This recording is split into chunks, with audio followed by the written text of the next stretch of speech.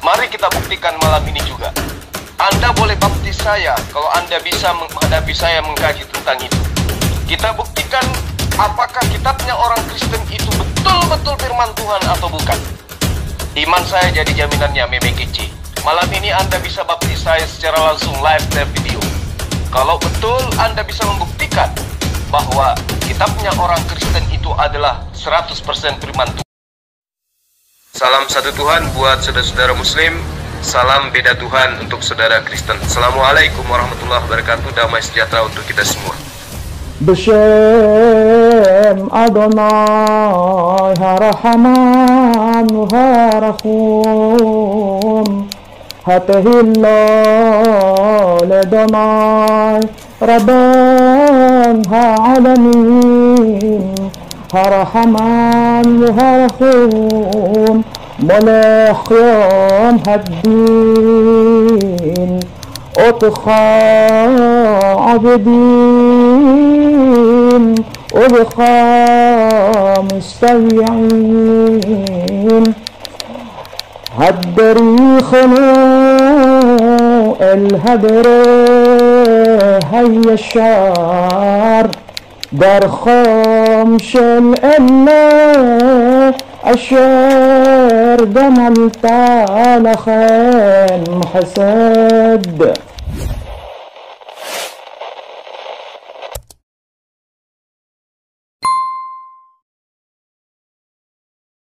Akhirnya kami mau memberikan pertanyaan dari Bible, ya, memberi pertanyaan dari Bible, dari Alkitab.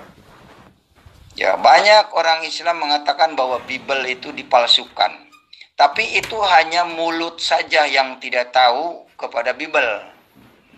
Hanya melihat dari jauh, mendengar ilmu katanya, ilmu karangan, ilmu dongeng, makanya kamu ikut-ikutan. Ya, kalau dituntut mana buktinya yang asli? Kalau memang itu Bible dipalsukan, kamu kan tidak bisa membuktikan itu. Yakin tidak bisa membuktikan. Begitu. Menurut saya Bible atau Injil itu asli. Asli tulisan Latin. Begitu saudaraku. Terima kasih. Meme Kece. Dengan Anda mengatakan gospel itu adalah firman Tuhan, itu sudah terbukti bahwa Anda itu sudah kufur dari sejak lahir. Berarti Anda ini bukan murtadin. Kenapa? Orang yang tahu ilmu kodifikasi Quran akan mendudukkan kitabnya orang lain di luar Al-Quran sebagai karangan yang bukan firman Tuhan. Kenapa? Karena tidak sesuai dengan standar kodifikasi Quran. Orang yang Islam dari lahir akan paham. Orang yang paham tentang hadits, orang yang paham tentang sanad, orang yang paham tentang matan, orang yang paham tentang perawi akan tahu bahwa kitabnya Kristen itu bukan firman Tuhan. Duduk sebagai sabda Yesus aja kagak, apalagi sebagai firman Tuhan. Itu kalau Anda Islam dari lahir. Tapi karena Anda sudah kufur dari sejak dulu, ya mungkin Anda bisa sedikit paham bacaan atau qiraat Quran disebabkan karena mungkin Anda pernah menjadi TKI. Jadi Anda tahu surah Al-Kafirun seperti ini bacanya, Al-Ikhlas seperti ini bacanya. Karena majikan Anda adalah orang Muslim yang senantiasa sholat dan membaca Quran. Tapi kalau Anda mengatakan kitabnya orang Kristen itu firman Tuhan, 100% saya jamin Anda bukan murtadin. Ya, Anda adalah kufur dari sejak lahir. Saya bisa jamin itu. Kalau ada murtadin yang berani mengatakan kitabnya orang Kristen itu firman Tuhan, mari kita buktikan malam ini juga. Anda boleh baptis saya kalau Anda bisa menghadapi saya mengkaji tentang itu. Kita buktikan apakah kitabnya orang Kristen itu betul-betul firman Tuhan atau bukan. Iman saya jadi jaminannya Meme Kece. Malam ini Anda bisa baptis saya secara langsung live video. Kalau betul Anda bisa membuktikan bahwa kitabnya orang Kristen itu adalah 100% firman Tuhan. Sebaliknya, saya mampu membuktikan kepada Anda kitabnya Kristen Gospel itu bukan firman Tuhan. Duduk sebagai sabdanya Nabi Yesus aja kagak, apalagi sebagai firman Tuhan. Dan itu saya bisa buktikan kepada Anda. Gimana? Berani gak menghadapi tantangan saya? Meme kece. Sesekali tegas, Bang. Allahu Akbar. Pak Lopot. Yang dibahas hanya itu aja tentang sunat aja. Dasar Pak Lopot yang dipikirkan bidadari di sorga ya. Ya, kalau mending masuk surga. Kalau kagak, bidadarinya di neraka, Pak Lopot. Jadi apa yang diharapkan dari Islam? Cuma ngomongin tentang seks, masalah seks. Kasihan, sungguh kasihan ya. Jadi tidak ada yang bermutu ya. Seks mulu yang dipikirkan. Coba sedikit-sedikit itu tunjukkan dalil hadis dan lain sebagainya. Kalau ditanya hadis bunyinya begitu, kenapa nggak sinkron? Kabur lagi, nggak nongol. Heri udah kabur, sekarang ganti Pak Lopot. Oke Pak Lopot, nggak apa-apa, maju terus Pak Lopot. Selama saya belum zoom ya, nanti saya akan zoom, saya tinggalkan grup ini. Oke. Dia bukan murtadin, Bang. Dia itu kafir dari orok, dari lahir. Andaikan dia itu seorang murtadin, dia pasti tahu hadis itu apa. Ini dia menyebutkan kalau hadis itu adalah wahyu dari Allah Subhanahu wa taala. Ini aja udah keliru. Dijamin 100% dia itu bukan seorang murtadin. Dia itu kafir dari orok. Ada yang mau taruhan sama dewa, silakan. Dewa bisa membuktikan dengan dari cara dia, conversation dia, cara pengucapan dia, kalau dia itu bukan seorang murtadin. Bukan. Meme kece sampai hari ini sejak perdebatan terakhir dengan saya udah sebulan, itu nggak ada nyali lagi untuk berdebat dengan saya.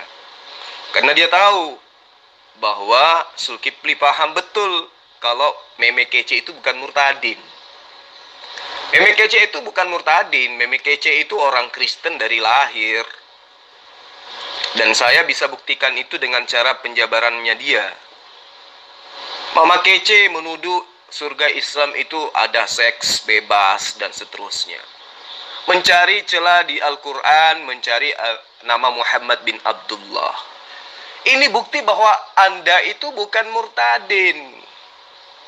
Kalau murtadin, ya seumur Anda yang sudah tua bangkokan kayak begini, pemahamannya tentang Islam masih level itu bukan murtadin. Anda itu adalah murid daripada Duladi Samarinda, Alisina. Anda diorbitkan untuk mengaku-ngaku murtadin. Dan saya jamin itu, Anda bukanlah seorang murtadin. Anda adalah pemakan babi dari sejak lahir.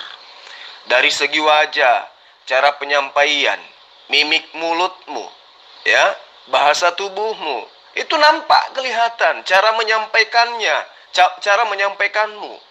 Terus paparan-paparanmu tentang Quran, konsep imanmu terhadap Quran, kemudian pemahamanmu terhadap gospel, semua menunjukkan Anda itu bukan murtadin.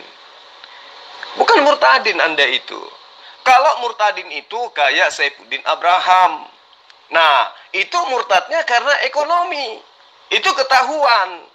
Bukan karena ilmu, bukan karena menemukan titik celah di dalam Quran. Kalau Anda nggak sampai ke sana, level Anda nggak selevel Saifuddin Abraham, jauh. Anda itu sangat ketahuan kalau Anda itu bukan murtadin. Kalau Saifuddin Abraham udah ketahuan. Anak-anaknya memang kami bersahabat dengan anaknya. Dan kami tahu memang dia adalah murtadin karena faktor ekonomi. Tapi kalau kamu meme kece, kamu bukan murtadin. Ya, kamu adalah orang kafir dari sejak lahir, pemakan babi dari sejak lahir.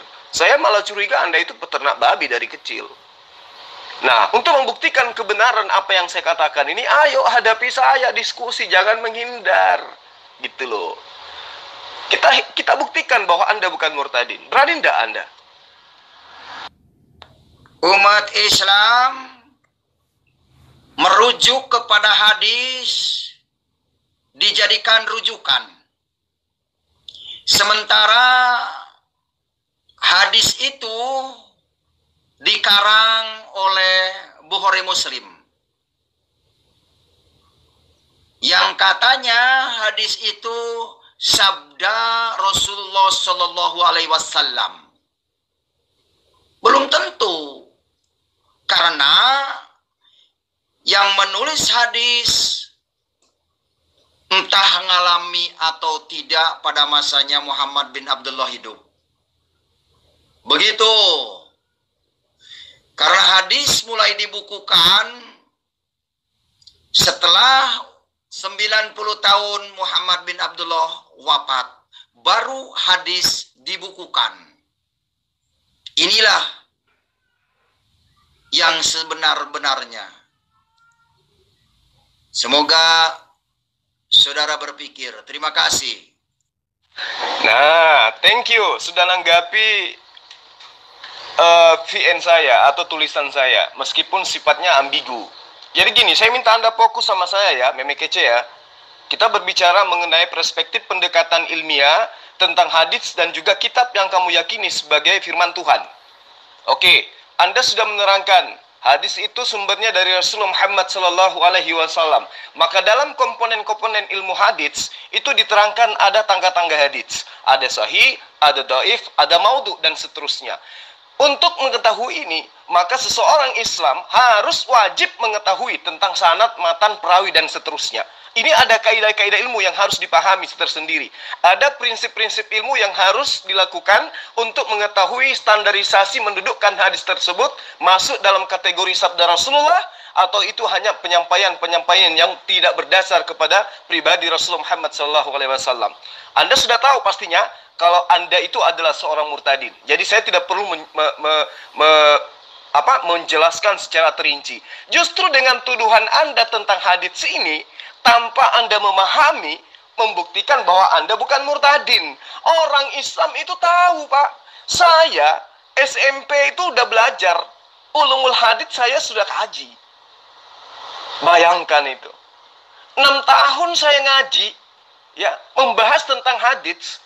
Di situ dikupas tuntas sehingga umat Islam yang paham ini tahu, ngerti mereka. Oh, ini hadis maudhu, ini hadis doi, ini lemah, ini palsu dan ini sahih. Dari mana diketahui itu? Ada yang dikatakan pembelajaran kritikal sanad, kritikan matan dan perawi-perawi hadis. Tapi Anda mengatakan itu diragukan, itu dan seterusnya. Membuktikan Anda bukan murtadin. Sekarang saya ingin tanya balik pada Anda. Di dalam kitab yang Anda imani sebagai firman Tuhan, sesuai dengan pernyataan Anda tadi, karena Anda tidak punya ilmu menurut saya. Di dalam kitab Anda, ada beberapa kitab sejarah. Contoh, Yosua misalnya, Hakim-Hakim. Terus kemudian 1 Samuel, 2 Samuel, 1 Raja-Raja, 2 Raja-Raja, 1 Tawarik, 2 Tawarik, Esra, Nehemia, dan Esther. Itu adalah kitab sejarah. Ini saya ajarin Anda kalau Anda ini belum tahu, ya. Itu adalah kitab sejarah. Di dalam kitab yang Anda imani sebagai firman Tuhan. Pertanyaan saya, siapa penulis kitab-kitab sejarah tersebut? Jawab, enggak pakai lama. Silakan. Aduh, Ita Yusmiati, kasihan. Walaupun saya sudah sunat, nggak mungkin barang saya dikasih kamu, Yusmiati. Amit-amit deh. Gatel. Ya, yang suka nyeleweng itu umpan neraka. Muhammad Kece ini tahu. Makanya Muhammad Kece berhenti dari berbuat dosa, perzinahan, dosa mengutuk orang, berdosa mengkhianat orang. Jadi yang sebenarnya itu kita harus berbuat baik di dunia ini selama kita masih hidup. Begitulah kita Yusmiati. Terima kasih. Semua debater muslim meme kece layani. Walaupun hanya mereka itu menulis sesuatu yang sifatnya candaan, dilayani semua. Tapi giliran Zulkifli menghindar. Kenapa? Karena meme kece tahu, kalau saya ngaku sudah sunat, berarti Yesus Kristus tidak berguna bagi saya, menurut Nabi saya, Paulus. Jika kau menyunatkan dirimu, maka Yesus Kristus tidak berguna bagimu. Nah, berarti meme kece harus nyambung kulupnya dengan kulit sapi atau paha ayam. Tapi takut karena jangan sampai benar yang Zulkifli bilang 2 bulan kemudian kulup saya tumbuh bulu ayam. Ya toh? Nah, kalau Anda mengaku Anda itu tidak sunat, lagi-lagi Anda tidak masuk kategori pengikut Yesus. Karena syarat untuk menjadi pengikut Yesus itu harus mengikuti ajaran Yesus. Tidak mengikuti ajaran Paulus menuhankan Yesus. Syarat menjadi pengikut Yesus menurut Yesus harus Bani Israel. Anda bukan Bani Israel. Dan Bani Israel otomatis sudah sunat. Jadi cara lain untuk cara yang Anda gunakan kemudian untuk menghindar dari saya kayak gini. Semua tulisan-tulisan debater muslim Anda tanggapin. Tapi untuk fokus kepada saya, Anda nggak mau. Karena takut tumbuh bulu ayam, atau takut Anda itu tidak masuk dalam kategori muridnya Yesus. Dan saya yakin sekali Anda tahu ini. Anda tahu, kalau Anda adalah murtadin, Anda tahu bahwa tidak ada keselamatan di dalam ajaran di luar daripada Islam. Anda paham itu. Tapi lagi-lagi, fulus, duit, zaman susah. Caranya mempertahankan hidup orang yang memiliki akal pendek kayak meme kece itu ya jual iman. Ini kesempatan orang-orang yang ada di luar sana yang memiliki ekonomi dan ingin memurtadkan orang lain, membeli iman-iman orang yang seperti Anda dengan rupiah, fulus. Makanya Anda tahu sebenarnya Islam itu adalah agama satu-satunya yang benar. Tidak ada jalan keselamatan setelah Rasulullah Muhammad SAW itu diutus kecuali Islam. Anda tahu itu. Kalaupun Anda bukan murtadin, Anda tahu Islam itu adalah agama yang benar dan tidak mampu menemukan titik celah di dalam Al-Quran, di dalam Islam, sehingga Anda nyamar menjadi murtadin. Anda tahu. Makanya Anda itu gelisah ketika melihat akun Zulkifli aktif di dalam grup. Pingin loncat, malu. Pingin kabur, malu. Satu-satunya jalan adalah menanggapi VN yang lain dan jangan menanggapi VN Zulkifli. Itu yang Anda praktekkan sekarang. Kalau Anda itu murtadin, satu, ayo mari kita buktikan. Iman saya menjadi taruhannya. Anda nggak berani. Anda ingin membahas tentang keotentikan hadits dan juga kitab Anda. Saya sudah menjabarkan, kitab Anda ada terdiri kurang lebih 12 kitab sejarah. Siapa penulis-penulis sejarah yang ada dalam kitab Anda? Anda juga tidak tahu. Anda nggak berani jawab. Sementara saya bisa menjabarkan tentang hadits, sejarah penulisan hadits, bisa saya. Anda mau singkat atau saya jabarkan secara panjang lebar, bisa. Tapi karena Anda memang tujuannya bukan mencari kebenaran, tapi mencari uang, ya gini caranya. Kalau kalimat saya, kata-kata saya ini salah, saudara meme kece, yuk kita mari buktikan. Supaya tidak menjadi fitnah. Anda itu bukan murtadin. Kalau Anda murtadin, sebelum Anda murtad dan menemukan titik celah dalam Islam, tentu Anda sudah menemukan kebenaran dalam Kristen. Sekarang Anda jawab saya. Kitab sejarah yang ada dalam kitab kamu itu yang nulis siapa? Coba. Bisa enggak kamu jawab ini? Kalau tidak, berarti Anda murtadin abal-abal atau Anda memang bukan murtadin. Gimana, Kici? Hei sahawai, jangan sembarangan komentar ente. Justru Islam ini ribet. Baca kitabnya saja harus pakai sorob nahu. Harus pakai tajwid. Harus pakai idhar, idgom, ihpa. Pokoknya ribet deh. Jangankan mengerti kepada ayat itu, Membacanya saja susah.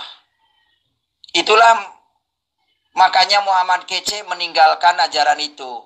Karena sangat sulit. Ya, puasa harus 1 bulan. Untuk ngosongi perut pada waktu siang. Pada waktu malam makan. Ketika waktu malam makan tidak ada manis-manis, berantem sama istrinya. Berantem sama anaknya. Di mana puasanya? Sedangkan Al-Quran mengatakan, Ya ayyuhalladzina amanu kutiba alaikumussyam kama kutiba alal ladzina min qablikum la'allakum tattaqun. Wahai orang-orang yang beriman, telah tiba waktunya kepadamu yaitu berpuasa. Sebagaimana yang dilakukan oleh orang-orang yang sebelum kamu, agar kamu bertakwa. Jadi puasa itu bukan mengosongkan perut. Tapi puasa itu supaya kamu bertakwa, saudaraku. Diubahlah oleh ahli-ahli tafsir, ahli-ahli fikih. Dari ketakwaan itu diubah dengan mengosongkan perut selama 1 bulan. Kenapa? Karena pada waktu itu 1 bulan Muhammad bin Abdullah susah mencari makanan karena sedang perang Badar. Pada waktu perang Badar selama 27 hari kesulitan makan. Maka agar merasakan semuanya, dijadikanlah bulan itu bulan puasa pada bulan Ramadan itu. Tidak makan pada waktu siang, tapi pada waktu malam boleh makan. Dari mana makanan pada waktu malam? Dari mencuri ke kampung-kampung. Makanya kalau yang mau dicurinya punya anjing, digonggong itu sama anjing. Dari situlah mulai anjing itu dinajiskan. Gara-gara tidak bisa mencuri makanan. Begitu. Itulah yang dipikirkan perut dan di bawah perut. Inilah alasan kenapa setiap hari raya Idul Fitri suka disertai dengan petasan-petasan. Karena melambangkan ketika perang Badar dengan suara senjata-senjata yang keluar dari sarangnya. Yang keluar dari senjata itu. Suara letusan bom, suara letusan senjata pistol, dan lain sebagainya. Itulah yang digambarkan pada bulan Ramadan itu. Idul Fitri itu suka adanya petasan. Begitu ceritanya, saudara. Orang Indonesia sudah tidak tahu ceritanya, memeriahkan Idul Fitri saja dengan menjual petasan-petasan. Makanya ketika ada yang menjual petasan, kebakaran, banyak korban. Itu diperingatkan oleh Tuhan. Jangan membuat petasan pada bulan Idul Fitri. Begitu. Nah, semakin nyata kan Anda bukan murtadin? Semakin nyata. Dan kalaupun Anda adalah pernah mencicipi sebagai seorang Islam, ber-KTP Islam, ternyata Anda memang tidak terpelajar dari segi keilmuan Islam. Kelihatan, sangat nyata. Saban hari Anda semakin menampakkan siapa Anda sebenarnya. Anda keluar dari Islam menurut pengakuan Anda, karena ajaran Islam itu susah, sulit.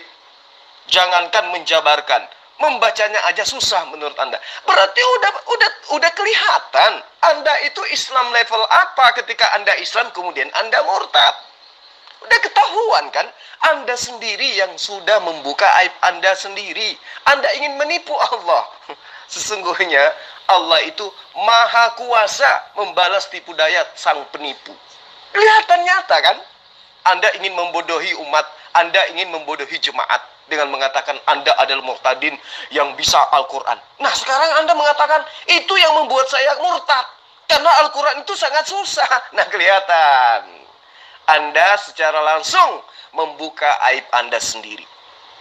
Jadi begini, Meme Kece, Al-Quran itu susah. Kenapa? Karena Al-Quran itu adalah kalamullah. Paham kata kalam? Kalam itu bahasa Arab, berasal dari kata kalimah. Artinya adalah perkataan. Jadi Al-Quran itu adalah perkataan Allah. Siapa Allah? Sang pencipta. Berarti ketika kita berbicara mengenai sang pencipta, berarti kita berbicara tentang Khalik. Sesuatu yang jauh tidak bisa terukur level tingginya dibandingkan kita yang hanya ciptaan. Ibarat meja, mencoba ingin berbicara tentang siapa si tukang kayu. Itu mustahil. Kita bisa menjabarkan secara detail. Nah, ketika Anda ingin memahami perkataan sang pencipta, Anda tidak bisa memahaminya seperti Anda memahami perkataan manusia. Yang namanya pencipta, apapun itu berbeda dengan ciptaan. Anda ingin menunjukkan bahwa kalamullah, firman Allah yang diwahyukan oleh Allah kepada Rasulullah Muhammad SAW, Anda ingin menerimanya, Anda ingin merubahnya menjadi sebuah tulisan-tulisan yang mudah dipahami, layaknya kitabmu yang hanya terjemahan, direvisi dan direvisi sesuai dengan selera umatnya. Tidak bisa. 1 tambah 1 tambah 1 sama dengan itu aja kamu nggak bisa. Itu bahasa manusia. Apalagi kalamullah. Jadi untuk membahasnya, untuk mengetahuinya, kudu wajib memiliki disiplin ilmu. Ya, Al-Quran menggelitik umat dengan menggunakan analisa akal. Zalikal kitabul la raiba fihi hudal lil muttaqin. Kitab Al-Quran ini tidak ada keraguan di dalamnya, petunjuk bagi orang yang bertakwa. Pertanyaannya, you bertakwa apa kagak? You baca Quran aja gak bisa. Ya ayyuhalladzina amanu. Ya, apa yang kamu baca tadi itu? Ya ayyuhalladzina amanu. Terus ketika kau menunjukkan kata-kata itu antara tasdid, fathah, nun mati, tanwin, kasrah, kamu nggak bisa bedakan. Dan kamu okots, kalau orang sini bilang. Kutiba alaikumus siyam kama kutiba alal ladzina min qablikum la'allakum tattaqun. Kamu membaca dalil itu tidak menunjukkan Anda adalah murtadin tahun 2014. Kagak. Umur Anda sekarang di atas 50 tahun. 14 tahun yang lalu, 2014 berarti 6 tahun yang lalu, Anda sudah berumur 30-an tahun ke atas. Baca ayat yang begitu santer, yang anak TK aja tahu dalam Islam, gitu cara Anda membacanya. Sudah nyata Anda bukan murtadin. Nyata Anda bukan murtadin. Anda adalah kufur dari sejak lahir, namun mungkin pernah mencicipi sedikit pelajaran Quran. Itu satu hal yang perlu kamu pahami. Kenapa kalamullah itu susah untuk dipelajari? Karena yang mempelajarinya hanya orang-orang yang bersih, baik akal maupun hatinya. Orang pemakan babi, pelahap dosa-dosa, orang yang tidak pernah menghambakan diri kepada Allah, apalagi yang murtad, itu tidak akan pernah mungkin mencapai titik di mana level kebenaran Al-Quran itu bisa dipahami. Sama seperti Saiful Abraham. Tapi ilmunya dia masih jauh di atas kamu.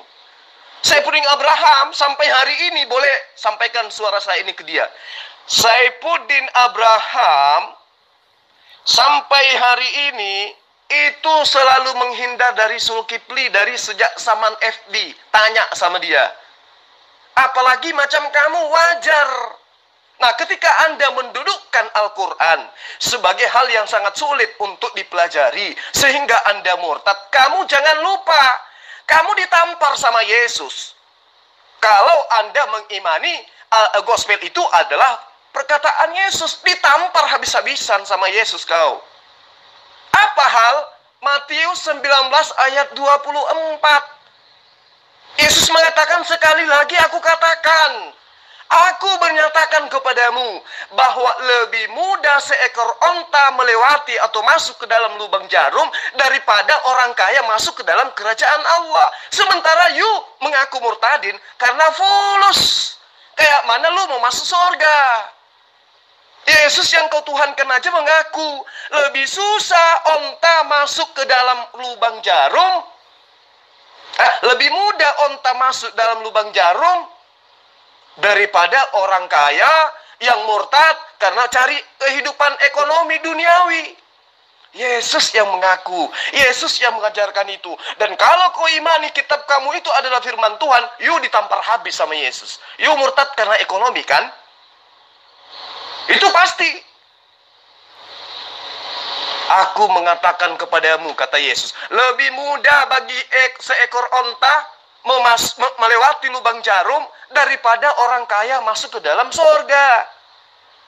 Nah, kamu bangga dengan menggunakan kopiah, dengan menggunakan baju koko, dengan mengaku haji, udah pernah ke Mekah, pernah lihat Ka'bah, Anda menjelek-jelekkan Islam, Anda bangga. Karena sekarang Anda cuma modal ngomong, Anda sudah bisa makan. Tidak kayak waktu Islam. Di Islam, sehebat-hebatnya mu'alaf, tidak akan pernah bisa menjadi imam. Coba tanya para mu'alaf itu.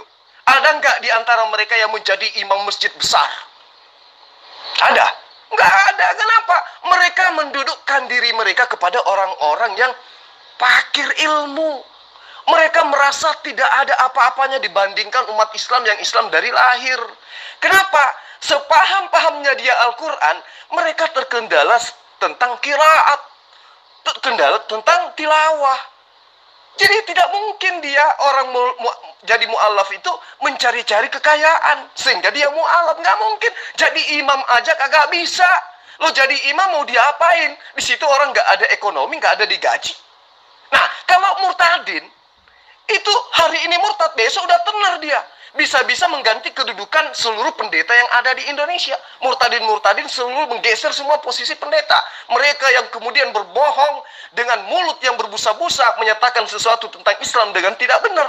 Sama seperti Anda. Nah, jadi kalau Anda mengaku murtadin, Anda ditampar sama Yesus. Kenapa?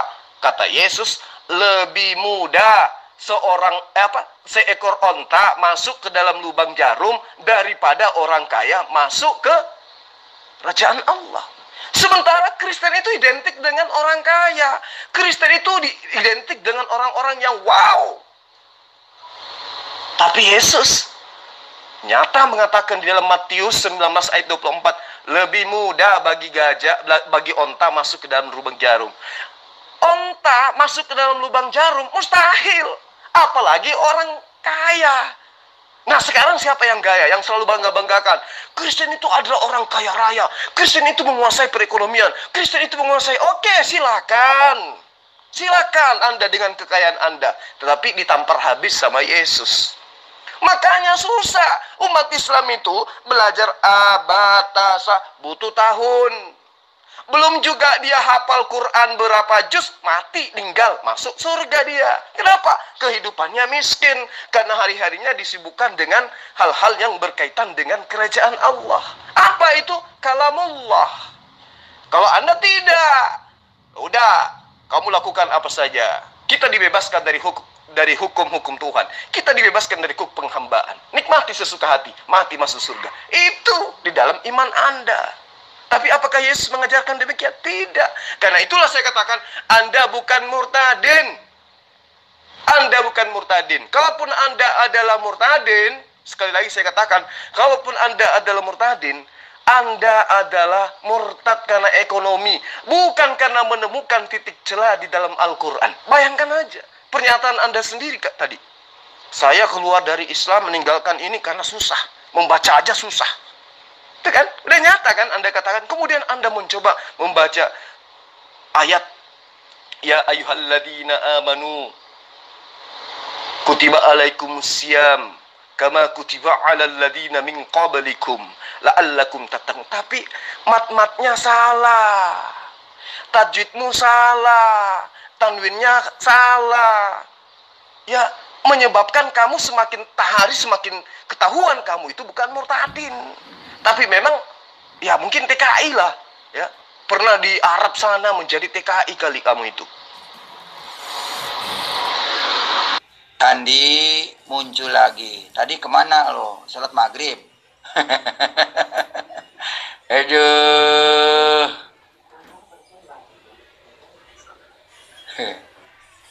Nah, orang-orang pada ditanggapin. Orang yang nggak balas PN kamu tanggapin. Kenapa? Karena kamu ketahuan.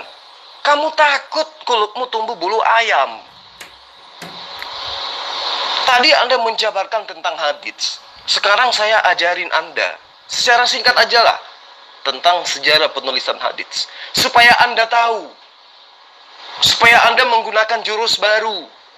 Jangan lagi hadis yang Anda serang nanti. Kemarin nyerang Muhammad bin Abdullah, lalu kemudian serang Ka'bah, lalu sekarang serang hadits. Saya ajarin sama Anda, kalau Anda itu adalah Muslim dari sejak lahir, Anda tentu paham bahwa sejarah penulisan Al-Quran itu memang berbeda dengan sejarah penulisan hadits. Ya, kenapa? Karena ini adalah perintah Rasulullah SAW. Al-Quran dihafalkan, dituliskan sejaman dengan Rasulullah. Dan Rasulullah melarang sahabatnya menulis tentang hadis di zamannya. Apa hal? Karena Rasulullah tidak ingin Al-Quran bercampur aduk dengan hadis sabda-sabdanya. Itu yang perlu kamu pahami. Thank you, kamu sudah sadar, sudah mengakui bahwa hadis itu ditulis jauh sebelum dan setelah penulisan Al-Quran. Artinya setelah Quran dibukukan, barulah kemudian hadis itu dibukukan. Nah, jadi gini, fakta yang Anda harus pahami, Al-Quran itu tertulis dalam satu kitab, sementara hadis tertulis dalam banyak kitab, tergantung penulisnya. Seperti yang saya bahasakan kepada Anda, Meme Kece, di zaman Rasulullah, penulisan hadis itu dilarang oleh beliau. Kenapa? Karena beliau khawatir tercampur dengan Al-Quran. Terkecuali pada kasus-kasus tertentu di mana Rasulullah tidak khawatir hal itu tercampur. Misalnya tentang penulisan tentang detailnya, zakat, dan seterusnya. Lalu kemudian, kalau Anda adalah seorang murtadin, berarti Anda paham bahwa di zaman Khulafaur Rasyidin, para sahabat juga masih belum fokus menulis hadits. Kenapa?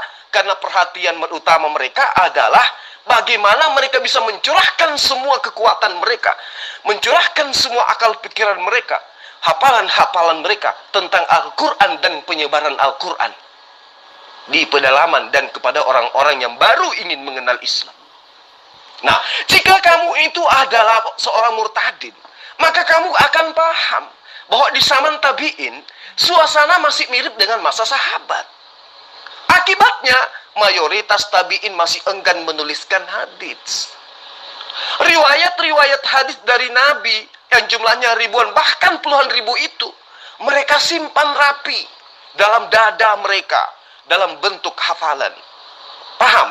Jadi belum dituliskan pada masa tabi'in.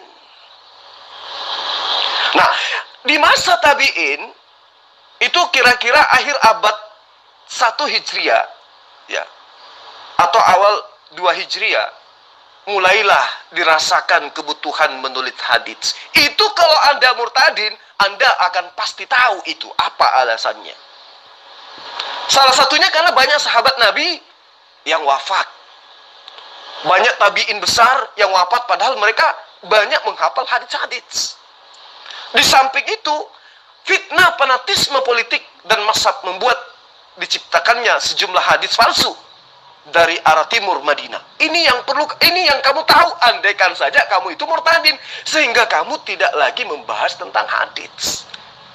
Sekarang Sekarang kamu ketampar dengan pertanyaanmu tentang hadits. Dengan saya mengatakan bahwa dalam kitabmu itu ada 12 kitab sejarah kurang lebih.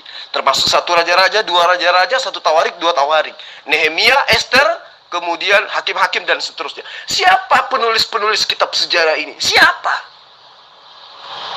Konon itu kamu akui sebagai firman Tuhan. Siapa penulis-penulisnya? Tapi kalau berbicara mengenai hadits, itu lengkap. Ya, lengkap hadis itu. Makanya saya katakan kepada Anda bahwa ketika Anda berbicara mengenai stasiun-stasiun hadits, itu berarti Anda sudah paham tentang hadits. Dan andai saja Anda sudah paham, Anda tidak akan murtad kalau Anda murtadin. Tapi karena Anda tidak paham sejarah penulisan Quran, sejarah penulisan hadis, sejarah zaman Nabi, zaman Khulafaur Rasyidin, kemudian zaman Tabi'in, dan kapan mulai dituliskan hadis itu, Anda tidak paham, menandakan Anda bukan murtadin. Kalau Anda paham, berarti Anda memperbodoh diri Anda. Sampai kapan Anda akan melawan akal sehat Anda? Gitu loh. Saya mencari Anda di hampir setiap grup. Di grup-grup Kristen saya masuk mencari Anda tidak berani. Anda selalu menghindar. Semua orang mendengarkan VN saya di grup ini. Begitu saya up VN, semua orang buka. Cuman kau sendiri yang tidak berani buka. Kenapa? Ya itu tadi, takut kulupmu tumbuh bulu ayam. Jadi kalau kamu ingin membahas tentang hadis, saya sudah jabarkan secara terinci. Bangkitnya Umar bin Abdul Aziz, mau saya, ya, yang waktu itu menjadi khalifah pemerintah secara resmi, itu menuliskan hadis di seluruh penjuru kekuasaannya. Umar bin Abdul Aziz ini masih terhitung hidup di masa tabi'in. Tahu kamu apa tabi'in? Kalau tahu tanya, nanti saya ajarin.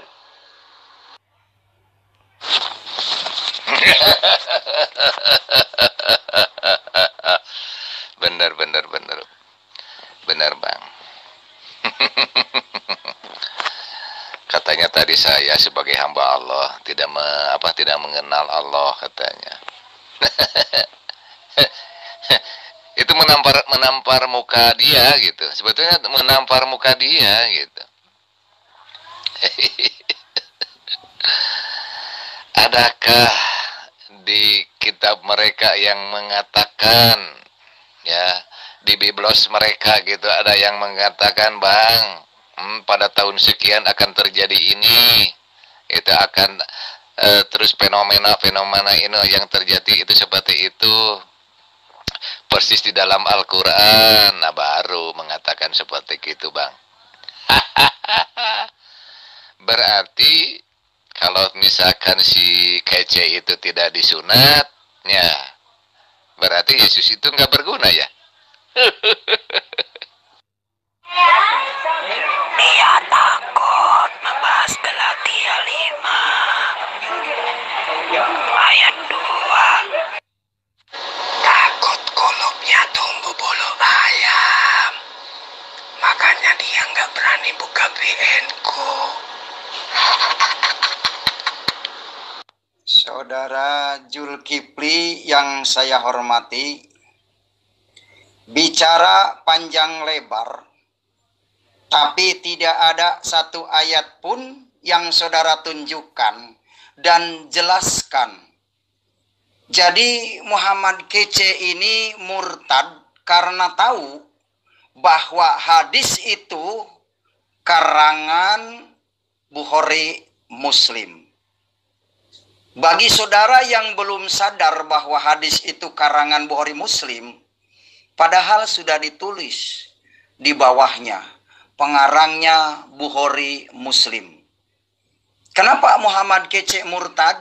Setelah Muhammad Kece sadar bahwa selama ini di dalam Islam saya mengikuti karangan Bukhari Muslim, atau dekat-dekatnya karangan Syekh Nawawi Al-Bantani, yaitu kitab kuning yang disebut kitab Safinatun Najah yang bermadhab Imam Syafi'i. Semuanya itu adalah karangan manusia. Oleh karena itu Muhammad Kece murtad karena justru tahu penulisan hadis, justru tahu turunnya ayat-ayat Al-Quran, tidak kepada Muhammad bin Abdullah, tetapi kepada malaikat Jibril.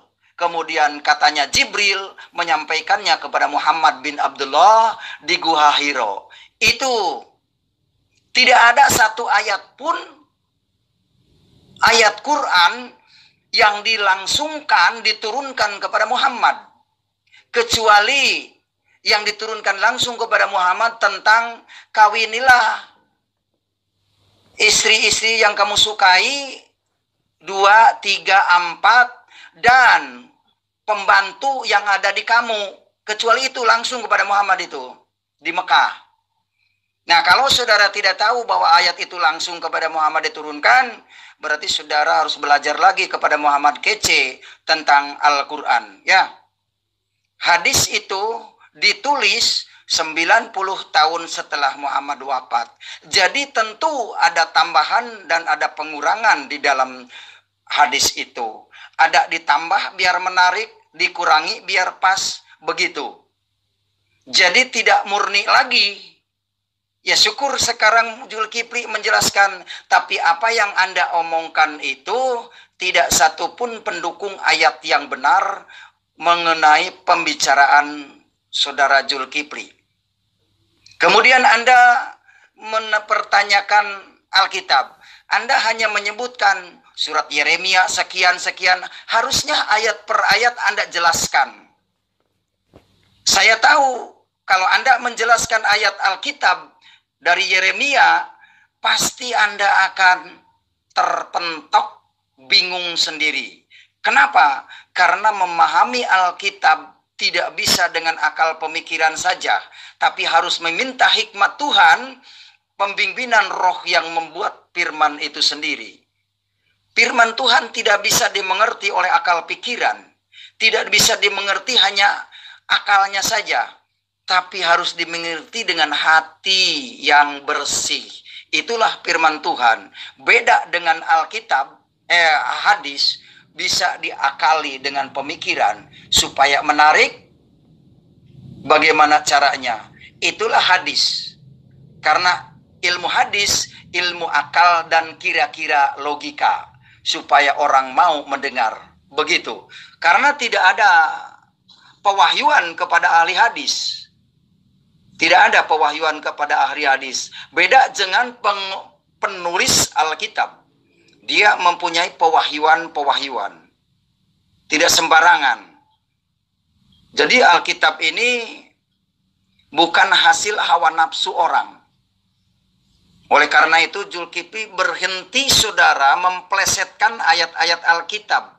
Karena saya tahu saudara tidak memahami ayat-ayat Alkitab.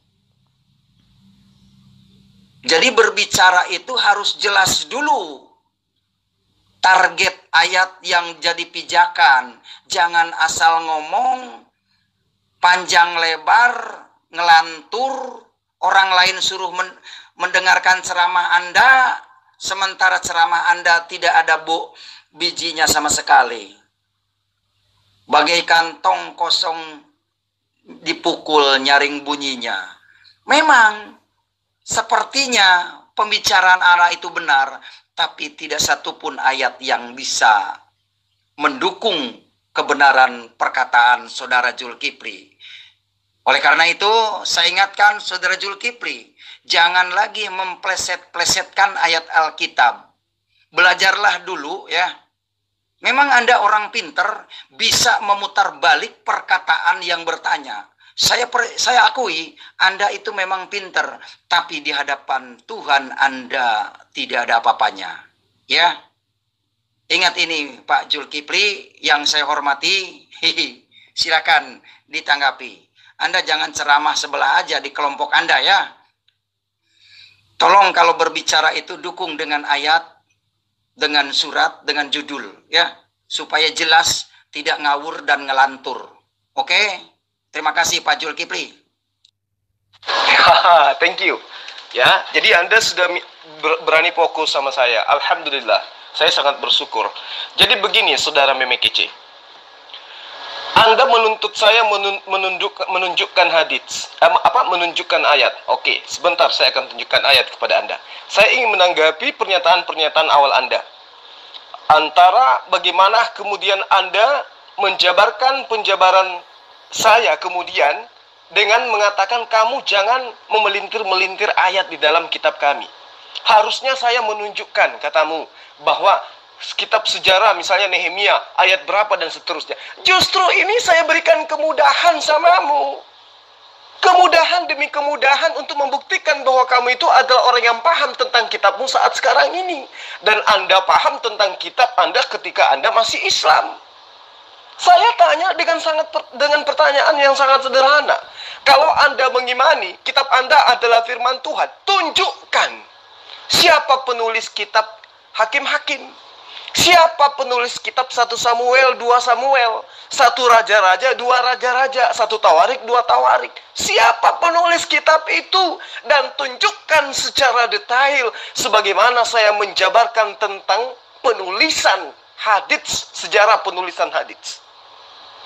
Saya tadi sudah menerangkan kepada Anda masa Nabi, masa sahabat, masa Khulafaur Rasyidin, masa tabi'in, masa tabi'it tabi'in. Saya sudah jabarkan.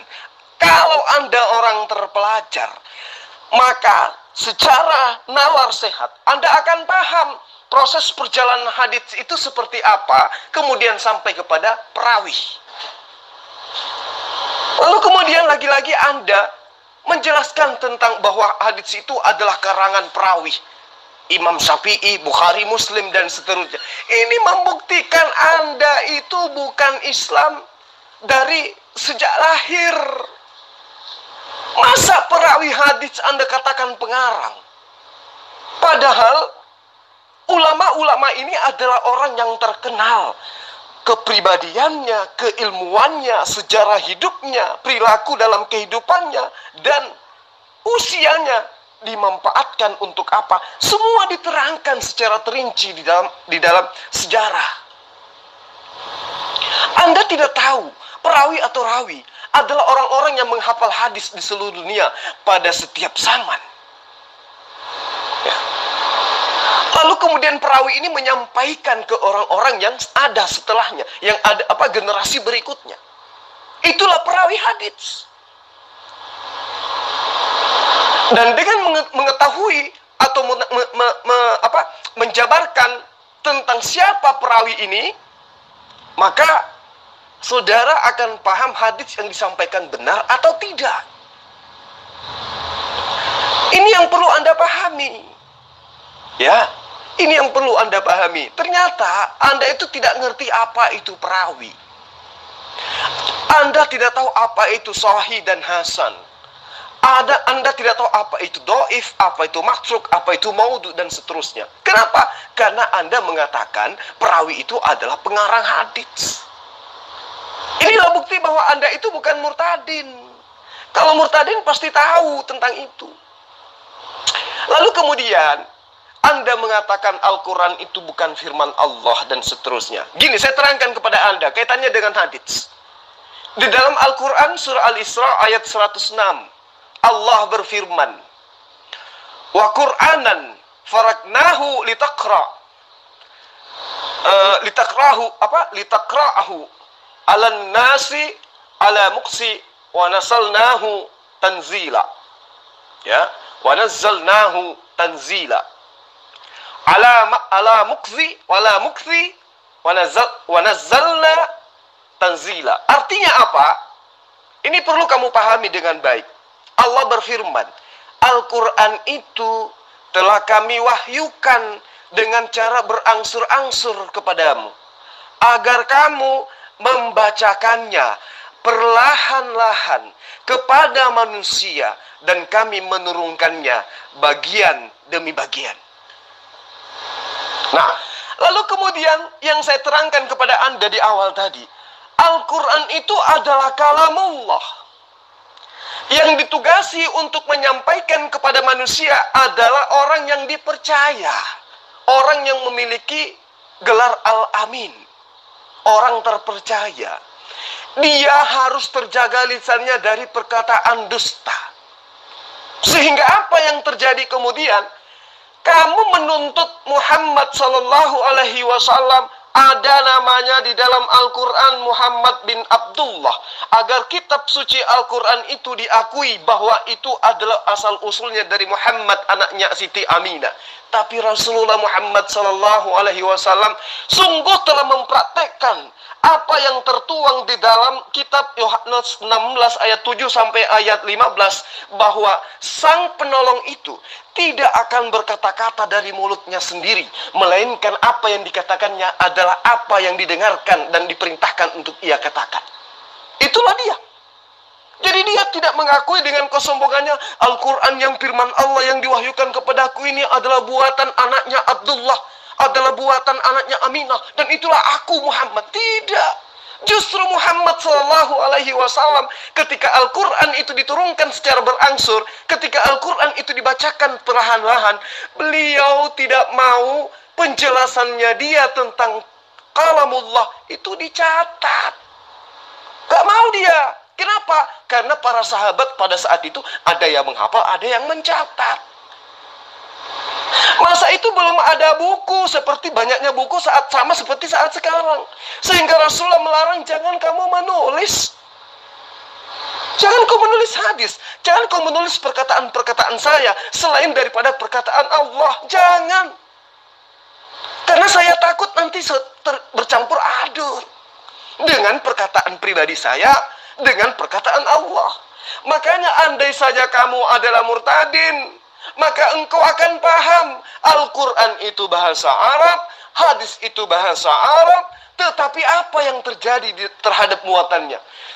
Sama-sama bahasa Arab, tapi kalimatnya nggak sama, muatannya nggak sama, rasa bahasanya nggak sama, isi kandungannya nggak sama, makna rinciannya nggak sama, tafsirannya nggak sama. Kenapa? Satu perkataan Allah, satu perkataan Rasul. Itu yang perlu kamu pahami jika kamu adalah seorang murtadin. Kuasai itu dulu, baru kau ngaku membodoh-bodohi orang bahwa kamu itu murtadin. Al-Quran sudah jelas diterangkan. Wa Qur'anan faraqnahu ya litaqra'a 'alan nas 'ala mukfi wa nazzalnah tanzila. Al-Quran diwahyukan berangsur-angsur, perlahan-lahan, agar engkau Rasulullah Muhammad SAW membacakan kepada para sahabatmu dengan perlahan, kepada manusia dengan perlahan. Dan kami mewahyukan bagian demi bagian.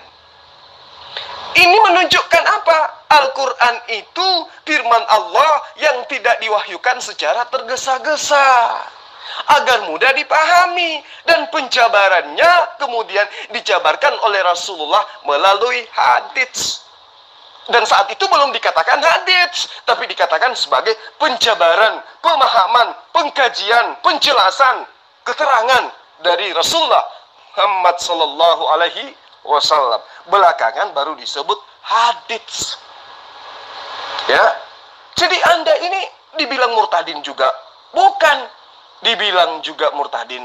Ya minimal Anda adalah pernah menjadi TKI, menjadi pembantu orang Islam, sehingga Anda tahu Quran sedikit. Ya. Jadi ketika Anda mengatakan hadis itu adalah karangan Bukhari Muslim, ini bukti Anda itu bukan murtadin. Berarti Anda nggak paham hadis. Anda nggak tahu bagaimana kemudian itu perawi, apa itu sanad, apa itu matan, dan seterusnya. Gambaran akan adanya hadis itu sudah saya terangkan dalam surah Al-Isra ayat 106. Rasulullah ditugaskan, dan kata Allah di dalam Ulangan 18 ayat 18, Nabi yang sama seperti Musa itu akan aku taruh firmanku di mulutnya. Apa yang dikatakan adalah apa yang didengarkan. Tidak dia katakan dari dirinya sendiri, melainkan dari apa yang didengarkan. Lalu kemudian Anda mengatakan bahwa kitab kami itu adalah ini dan itu. Buktikan siapa penulis kitab sejarah yang ada dalam kitabmu. Kalau hadis kan sudah jelas, ya, dari tabi'in, dari sahabat, dari khulafaur rasyidin, ke tabi'in, ke tabi'in, lalu kemudian ke perawi. Udah jelas, tangga-tangganya, stasiun-stasiunnya jelas. Nah sekarang kitabmu, Lukas terima dari mana? Di mana Lukas ketemu Yesus? Siapa saksi melihat Yesus pernah bertemu dengan Lukas? Nama saksinya apa dan apa bunyi kesaksiannya? Ya. Kalau hadis jelas dari si fulan, dari si fulan, dari si fulan, dari si fulan, Rasulullah bersabda. Dari si fulan menyampaikan kesimpulan, dari si fulan menyampaikan kesimpulan, dari si fulan menyampaikan kesimpulan bahwa sesungguhnya Rasulullah bersabda. Orang-orangnya ada, namanya lengkap. Nah sekarang Lukas menerima apa yang dituliskannya itu terima dari mana? Lukas menuliskan, Paulus menuliskan, Markus menuliskan. Itu ditulis dari mana sementara mereka nggak pernah bertemu dengan Yesus? Jadi saya katakan samamu, kitabmu duduk untuk menyaingi hadis sahih saja, nggak bisa. Apalagi duduk menyaingi Al-Quran, nggak bisa dia. Karena kenapa? Kitabmu itu adalah kitab kisah. Orang-orang yang gemar menulis, andai saja Khairil Anwar hidup sesaman dengan Yesus, atau satu abad setelah Yesus, Khairil Anwar juga kitabnya kau jadikan kitab suci. Andai saja dia hidup pada masa itu, kamu jadikan kitab suci tulisan-tulisan Khairil Anwar itu. Sayangnya dia hidup di zaman kita. Ya, itu yang perlu kamu pahami. Jadi semakin kau menghujat Quran, semakin kau menjelaskan imanmu, semakin nampak kau bukanlah seorang murtadin. Tapi kamu adalah orang yang takut tumbuh di kulupnya bulu ayam. Paham?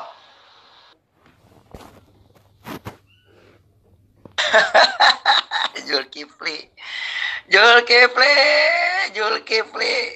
Yang diomongin di dalam Islam itu cuma kulub, barang segitu aja. Dasar orang tidak berilmu. Ya, ditanya ayat malah lari. Ditanya ayat malah lari. Jadi kalau berbicara ini harus jelas pijakan ayatnya ke hadis, ke Al-Quran atau ke Alkitab. Kalau memang pijakannya Alkitab, jelaskan ayatnya berbunyinya seperti apa dan esensinya seperti apa, harus bagaimana. Jelaskan seperti itu. Jangan suruh orang lain baca ayat segini, terus nyambungnya kemana? Makanya belajar Alkitab itu penting. Karena di dalam Alkitab itu ada perikopnya, ada ada penjelasannya supaya sinkron. Jadi tidak ngawur dan ngelantur. Ya, silahkan Anda buka Alkitab. Sangat jelas, sangat runut ceritanya dari awal sampai akhir dengan maksud yang disebutkan di dalam perikop tersebut. Berbeda dengan Al-Quran. Tidak jelas cerita tentang apa. Satu surat, ayat yang pertama cerita tentang Adam, ayat yang kedua cerita tentang Ibrahim. Kan itu tidak nyambung, saudara. Jangan jauh-jauh saja. Ayat Al-Fatihah. Di ayat yang pertama harus memuji Allah kepada yang Maha Pengasih dan Penyayang. Ayat yang kedua menjelaskan tentang menyembah. Iyyaka na'budu wa iyyaka nasta'in. Masa Allah mengatakan hanya kepadamu aku bernyembah, hanya kepadamu aku mohon pertolongan. Itu katanya Al-Quran firman Allah. Kok Allah minta? Oh, Allah menyembah siapa? Ihdinas siratal mustaqim. Tunjukkanlah kami jalan yang lurus. Tidak mungkin Allah Maha Tahu minta ditunjukkan ke jalan yang lurus. Dengan ayat ini saja saudara harusnya sadar. Ternyata Al-Fatihah itu bukan firman Allah, melainkan doa dari manusia ditujukan kepada Allah. Ihdinas siratal mustaqim. Tunjukkanlah kami jalan yang lurus. Jalan yang lurus sudah jelas. Surat 43 Al-Zuhruf ayat 61 berkata begini.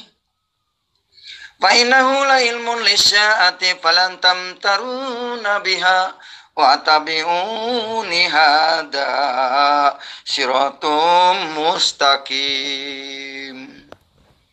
Artinya, dan sesungguhnya Isa itu benar-benar memberikan pengetahuan tentang hari kiamat. Karena itu jangan ragu-ragu mengikuti Isa. Inilah jalan yang lurus. Begitu saudara. Jadi mengikuti Isa Al-Masih itu menemukan jalan yang lurus.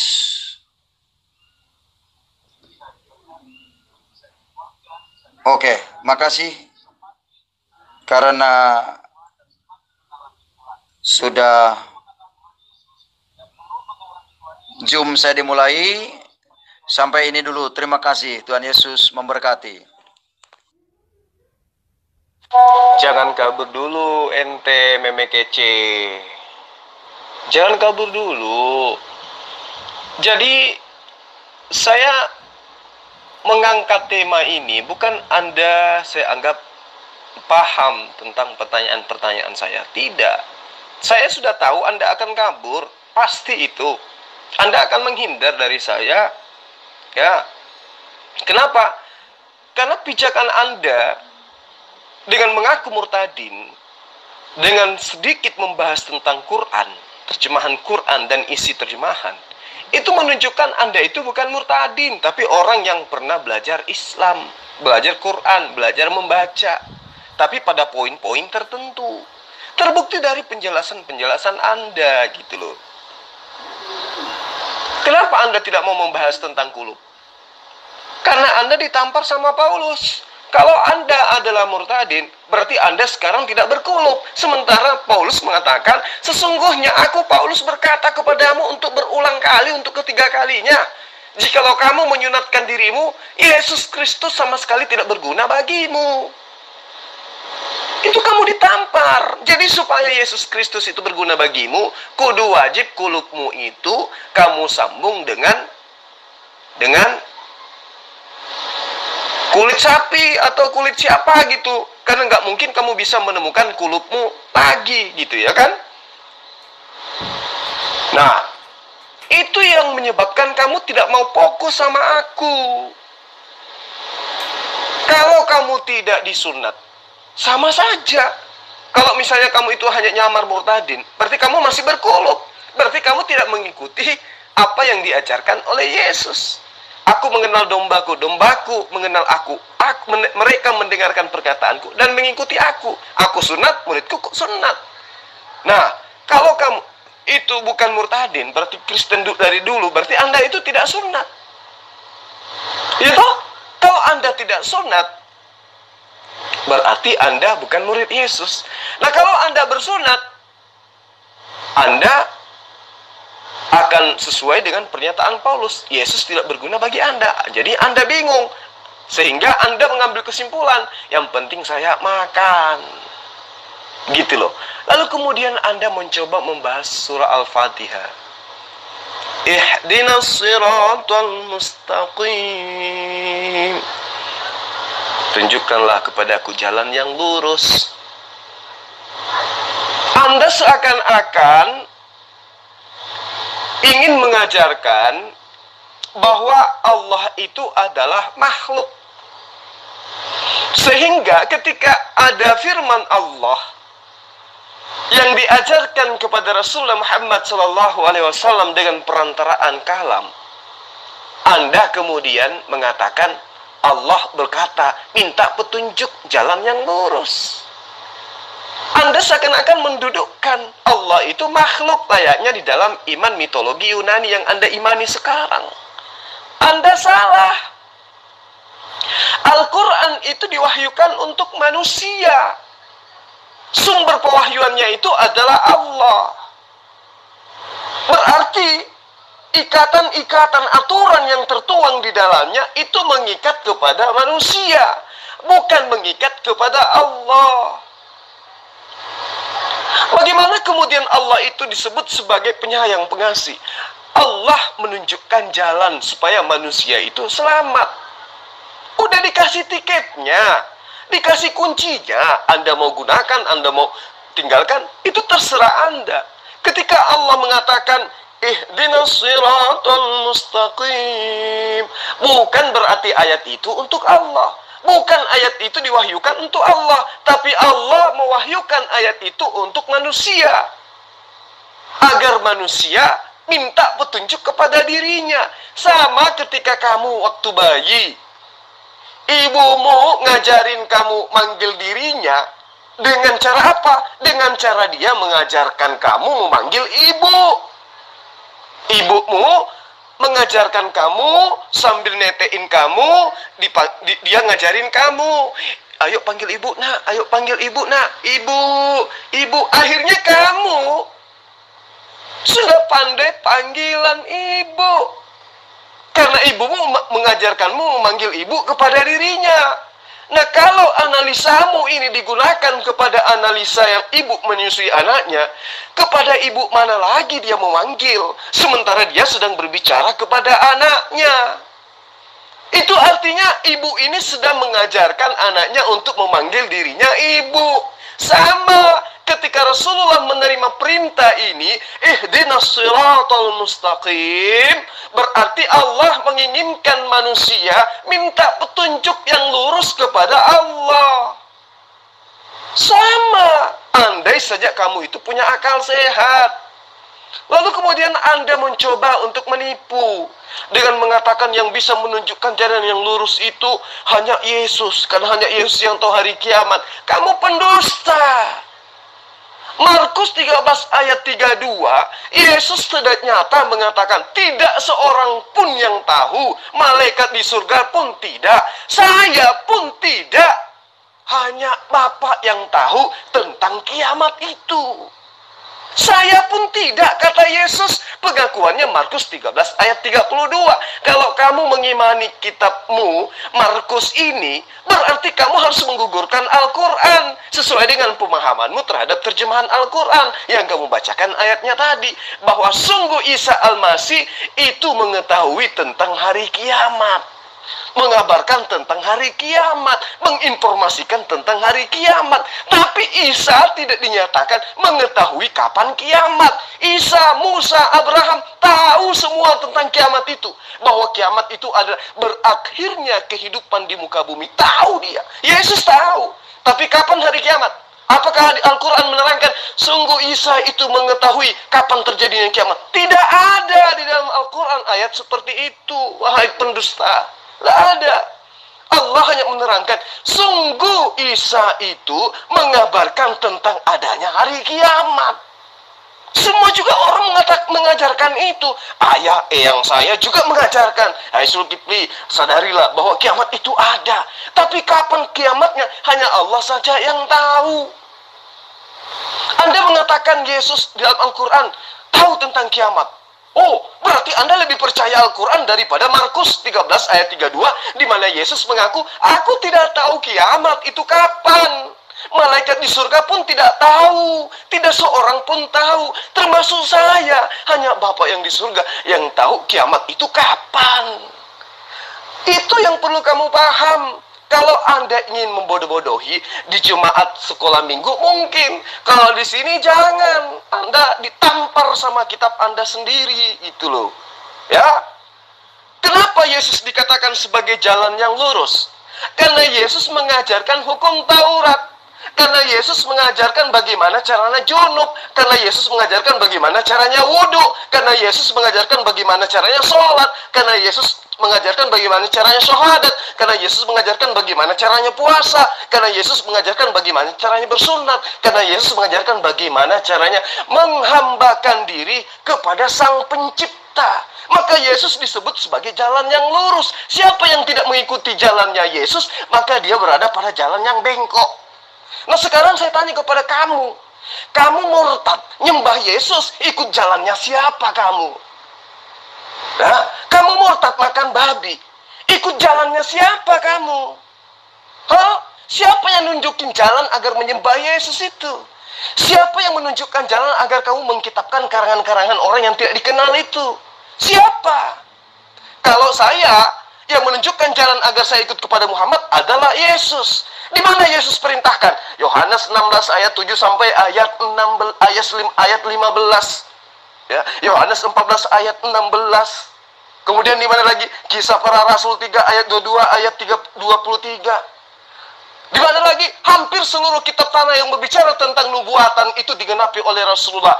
Yesaya 29 ayat 12. Ketika kitab termaterai itu diberikan kepada orang itu, kemudian seorang nabi itu akan berkata apa? Dia akan dikatakan, diperintahkan, bacalah. Orang itu akan berkata, aku tidak dapat membaca. Siapa yang dimaksud? Apakah ada nabi di luar daripada Muhammad yang diceritakan sama seperti yang cerita Yesaya 29 ayat 12 itu? Tidak ada, hanya Muhammad. Berarti kitab yang Anda ambil dari Bani Israel dan juga kitab yang Anda ambil dari Yunani, itulah yang menginstruksikan agar kami mengakui Muhammad SAW itu sebagai nabi dan dikokohkan dengan diwahyukannya Al-Quran. Gitu loh. Nah sekarang saya tanya kepada Anda, tapi Anda kabur. Ya, saya bukannya mau minta Anda menjelaskan ayat per ayat. Saya hanya mengatakan, di kitab Anda itu banyak sejarah. Kitab sejarah itu ada kurang lebih 12, kalau saya nggak keliru. Tawarik 1, Tawarik 2, itu berbicara mengenai sejarah. Esra mengenai sejarah. Nehemia sejarah, Esther sejarah. 1 raja-raja, 2 raja-raja, 1 Samuel, 2 Samuel, Hakim-Hakim, Yosua, Rut. Itu semua adalah kitab sejarah. Nah, kitab sejarah yang adalah firman Tuhan dalam kitabmu itu, siapa yang nuliskan? Apa jawabanmu? Saya mau Zoom. Kamu Zoom mau memaparkan apa? Kamu nggak ada ilmu sama sekali. Jadi itu cuma alasan kamu aja. Ya. Jadi malam ini kamu sudah ketahuan, kamu bukan murtadin. Kalaupun kau murtadin, kamu tidak paham Quran, kamu tidak paham hadits. Tetapi secara garis besar, ketika saya mendengarkan semua penjabaran kamu, baik itu kamu sedang berdebat dengan orang lain maupun dengan saya, jelas nyata kamu bukan murtadin, tetapi hanya penyelundup, penyusup yang ngaku-ngaku sebagai murtadin. Kamu adalah penyesat. Saya kira seperti itu ya. Karena kamu sudah kabur, mudah-mudahan setelahnya kamu mendengarkan VN saya, supaya kamu sadar, jalan yang lurus itu adalah la ilaha illallah. Kata Yesus, hidup kekal itu adalah menyembah Allah, bukan menyembah dirinya. Kata Yesus, hidup kekal itu adalah Yesus Rasulullah, Yesus utusan Allah, bukan Yesus itu adalah Allah. Itu yang perlu kamu pahami. Yohanes 17 ayat 3. Saya kira demikian ya, Meme Kece. Semoga besok hari kamu masih ada nyali untuk berdebat dengan saya. Tapi saya yakin, karena setiap kita berdebat, kamu tampar habis dengan kitabmu sendiri. Ya, saya yakin kamu akan semakin takut untuk berdebat dengan saya. Tapi nggak apa-apa. Saya hanya mendoakan mudah-mudahan kamu dapat hidayah. Oke, saya akhiri. Salam satu Tuhan.